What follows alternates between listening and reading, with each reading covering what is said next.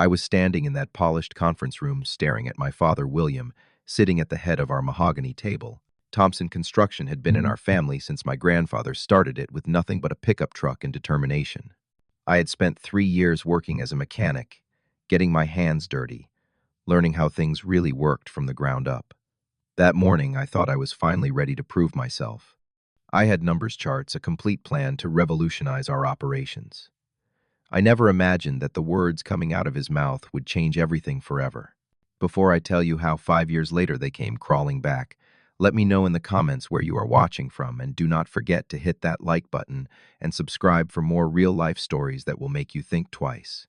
About family business.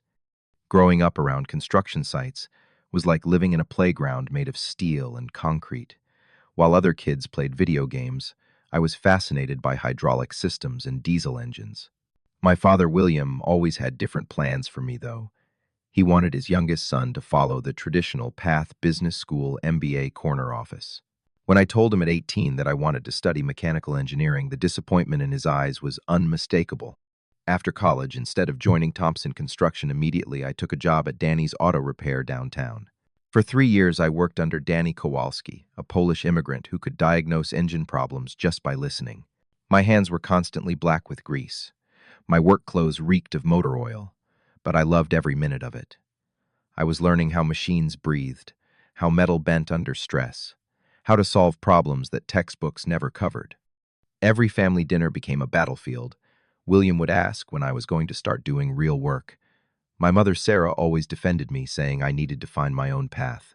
My older brother, David, fresh from Harvard Business School, would make snide comments about my career choice. The tension was suffocating, but I stayed focused on my goal to understand machines so well that I could revolutionize how our construction company operated. At 25, I made the decision to prove myself. I quit Danny's garage despite his protests and walked into Thompson Construction as a laborer. Starting from the bottom was humbling. I worked alongside Jake Morrison, a welder with 40 years of experience, who taught me more about construction in 6 months than my business degree ever could. Jake would say, "Kevin, the machine doesn't lie to you like people do. If something's wrong, it shows you right away."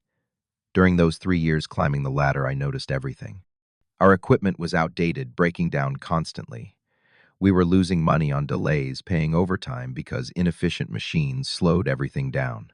I started researching newer technology, calculating cost-benefit analyses during my lunch breaks. The numbers were staggering. We could cut project times by 30% and reduce maintenance costs by half with strategic equipment upgrades. I spent months preparing my presentation. Every chart was perfect, every calculation triple-checked. I researched comparable companies, studied industry trends, even created a pilot project proposal. This was my moment to show William that his grease monkey son understood business better than anyone in that boardroom. When I finally requested time to present to the executive team, my heart was pounding with anticipation. The day arrived. Sitting around that table were my father, my uncle Marcus, our CFO, Jessica Chen, and my brother David. I had rehearsed every word, every transition. For 20 minutes, I laid out my vision with passion and precision. The silence that followed felt like an eternity. Then my father leaned back in his leather chair and asked in a cold voice, "Who taught you to make presentations?" The question hit me like a slap. It was not about the content. It was about his surprise that I could think beyond wrenches and oil changes. The reaction around the table was mixed, but not in the way I had hoped. Uncle Marcus, William's younger brother, and our operations manager nodded thoughtfully. "Kevin has some interesting points here. Maybe we should consider running a small pilot program." Jessica flipped through my printed materials, her expression neutral but engaged. "The risk assessment needs more work, but the potential returns are worth exploring." My brother David, however, leaned forward with that condescending smile I knew too well. "Kevin, I appreciate the effort, but I think you are oversimplifying the complexities of capital expenditure decisions. These machines represent significant financial commitments that require comprehensive market analysis." His MBA vocabulary felt like a wall between us, dismissing 3 years of hands-on experience with theoretical jargon.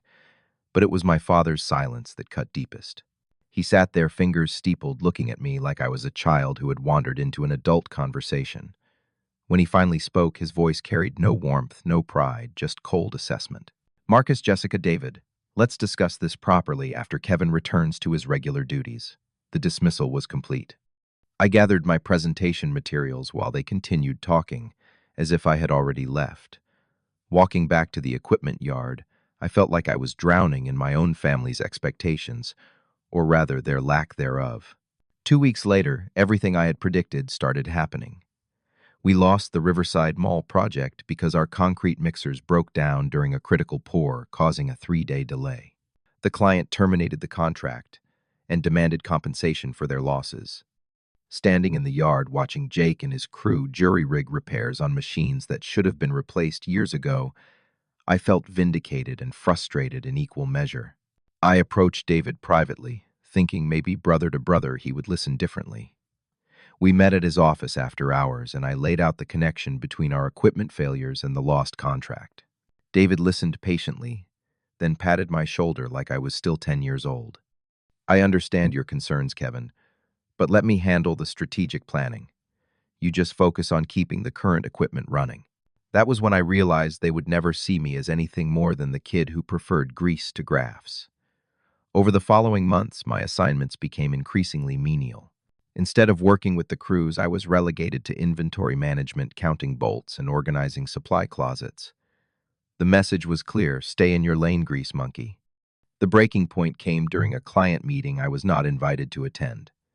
Pacific Development Group was considering us for their new casino project, potentially worth $12 million. I had spent weeks developing technical specifications and innovative solutions for their unique foundation challenges. The night before the meeting, I left detailed proposals on David's desk, hoping he would at least mention my contributions. Instead, I found myself walking past the conference room and overhearing my father's voice through the slightly open door. My youngest son is still learning the ropes. He's good with his hands, but he doesn't quite understand the business side yet. The words stopped me cold. He was apologizing for my existence to potential clients, explaining away my contributions before I even had a chance to make them. That night, I lay awake staring at the ceiling, feeling like a stranger in my own family's legacy. Every achievement felt diminished, every idea dismissed before it could breathe. The company that bore my family name had become a prison where my potential went to die. 6 months after that overheard conversation, Thompson Construction was hemorrhaging money. We had lost 3 major contracts in 2 months, each failure following the same pattern: equipment breakdowns, project delays, client dissatisfaction. The irony was bitter. Everything I had warned about was happening exactly as I had predicted, yet nobody connected the dots. William called an emergency meeting. The entire executive team was there, plus key supervisors and project managers. I was included, but only because they needed bodies to fill chairs. I sat in the corner watching my family's empire crumble, while they discussed damage control strategies that addressed symptoms instead of causes. David presented a cost-cutting plan that involved laying off 20% of our workforce. Jessica proposed salary reductions across all levels.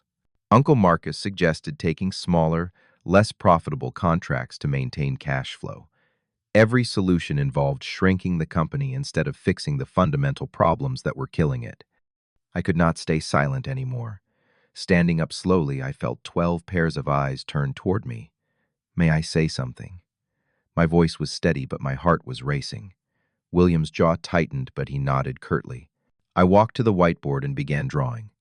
Equipment failure rates, project delay statistics, client retention numbers. Every figure told the same story: we were failing because we were trying to compete with 21st century companies using 1970s technology.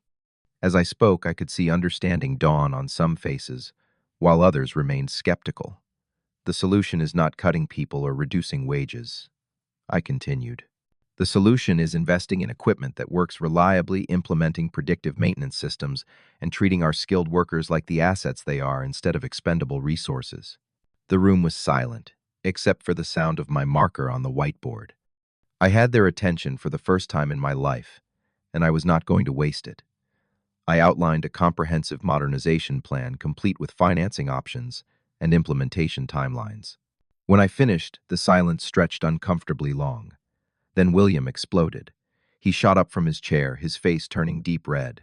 "Enough," he shouted, his voice echoing off the conference room walls. "Who do you think you are? Walking in here with your fancy charts and telling us how to run the business we built before you were even born." But he was not finished. In front of 12 employees, including men who had worked for our family for decades, he delivered the words that would haunt our relationship forever. "We do not need grease monkeys like you. Real businessmen make decisions here." The room went dead silent. Jake Morrison, who had been like a second father to me, stared at his hands. Jessica looked mortified. Even David seemed shocked by the harshness of William's words. But my father continued, his voice dripping with contempt. "You think because you can fix an engine, you understand business. You belong in a garage, not a boardroom." I stood there for what felt like an hour, but was probably only 10 seconds. Every emotion I had suppressed for 3 years came rushing to the surface. Humiliation, anger, disappointment, and something else, clarity. I finally understood exactly where I stood in my father's eyes. Reaching into my pocket, I pulled out my employee badge and set it gently on the conference table. The small plastic rectangle made barely a sound, but in that quiet room it felt like thunder. "I understand now," I said, my voice calm in a way that surprised even me. Looking directly at William, I added, "Thank you for showing me where I stand." I walked out of that room, out of the building, and out of my family's business forever. Behind me, I could hear urgent whispers and my mother's voice calling my name, but I kept walking. That evening, my phone would not stop ringing. Mom called 6 times, crying and begging me to come back to apologize, to make things right. David sent text after text. "Kevin, do not do anything stupid." Dad was just stressed. "Come back tomorrow and we will work this out." Even Uncle Marcus left a voicemail saying William did not mean what he said. But I knew better. Those words had not come from stress or a bad day. They came from 3 years of accumulated frustration with a son who would not fit into the mold he had created. I turned off my phone and started packing. Austin, Texas became my refuge. I had saved enough money to survive for a few months while I figured out my next move. Luis Rodriguez owned a small garage on the east side of town, specializing in heavy equipment repair. When I showed up asking for work, he looked at my soft hands and clean clothes skeptically. "Can you actually fix anything, college boy? Or do you just know theory?" I spent that first day rebuilding the transmission on a bulldozer from the ground up. By closing time, Luis was convinced. "You have good hands and a better mind," he said in his thick accent. "But if you want to survive in this business, you need to learn more than just fixing machines." Working for Luis was like getting a PhD in real-world business. He taught me about customer relationships, supplier negotiations, and cash flow management. "Kevin," he would say while we worked late into the evening, "any fool can turn a wrench. But making customers trust you, that is art." Within 6 months, I was managing Luis's client relationships and identifying new business opportunities. I enrolled in evening business courses not because someone told me to, but because I wanted to understand how successful companies actually operated. Every night after work, I studied financial statements, marketing strategies, and operations management. Luis became more than a boss. He became a mentor. When Tony Castellanos, owner of Precision Industrial Services, offered to buy Luis's garage, Luis insisted that I meet Tony first. "This man understands machines like you do, but he also built a company from nothing. Learn from him." Tony was exactly what I needed. A self-made entrepreneur who had started with a single welding truck and built a $15 million industrial services company. During our first conversation, he said something that changed my perspective completely. "Kevin, having great skills is just the entry fee.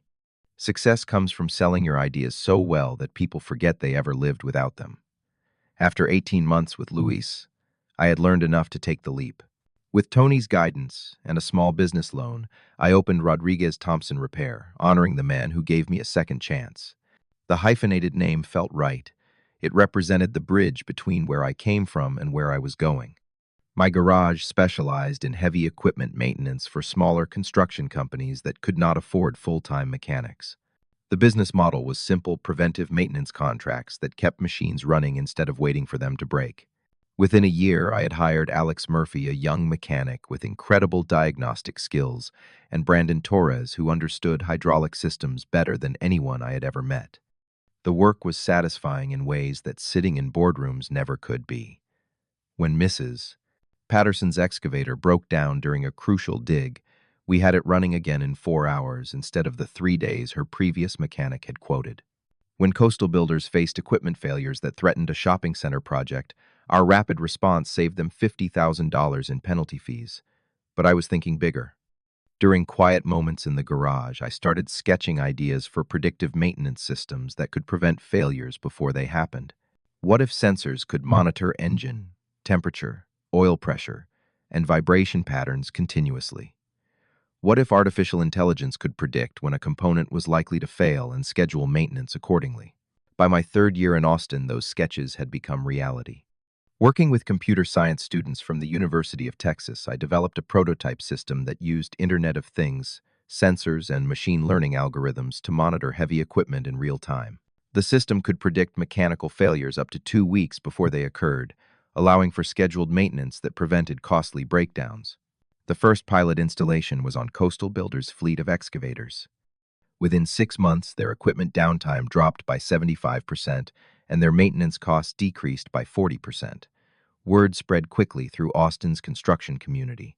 Companies started calling, asking about this revolutionary maintenance system that the grease monkey from Rodriguez Thompson had invented. That was when I knew I had outgrown the garage. With Tony's encouragement and a group of angel investors, I founded Thompson Tech Solutions. The name was deliberate. I was keeping my family name but building something entirely my own. We specialized in industrial IoT solutions, predictive maintenance systems, and equipment optimization for construction companies across Texas. The growth was explosive. Within 18 months, we had contracts with 43 companies across 3 states.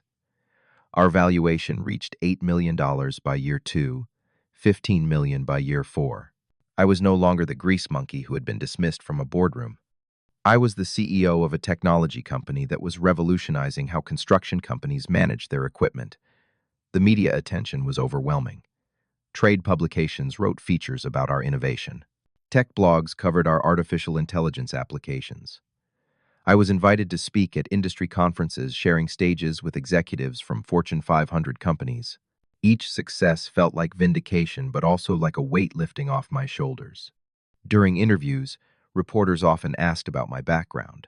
I always mentioned starting as a mechanic, emphasizing how hands-on experience had informed our technology development. You cannot build solutions for problems you have never experienced yourself, I would explain. Understanding how machines actually work is what makes our predictive algorithms so accurate. Then came the phone call that I had been unconsciously preparing for since the day I walked out of that conference room. It was David's voice, shakier than I had ever heard it.